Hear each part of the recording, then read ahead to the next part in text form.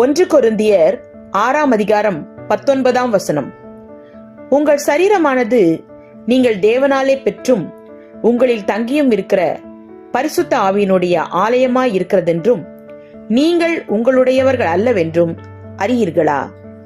விளக்கம்: நமது சரீரம் தேவனால் நமக்கு அளிக்கப்பட்டது, நாம் உருவாக்கவில்லை. எனவே நமது உடலானது அதனை உருவாக்கிய தேவனுக்கு சொந்தமானது.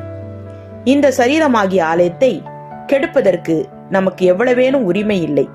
மேலும் நாம் இயேசு கிறிஸ்துவின் விலையேற பெற்ற இரத்தத்தினால் மீட்கப்பட்டவர்கள் அல்லவா? எனவே நம் உடலை பரிசுத்தமாக காத்துக்கொள்வோம். ஆமேன். 1 Corinthians chapter 6 verse 19. Don't you realize that your body is the temple of the Holy Spirit who lives in you and was given to you by God? You do not belong to yourself. Amen.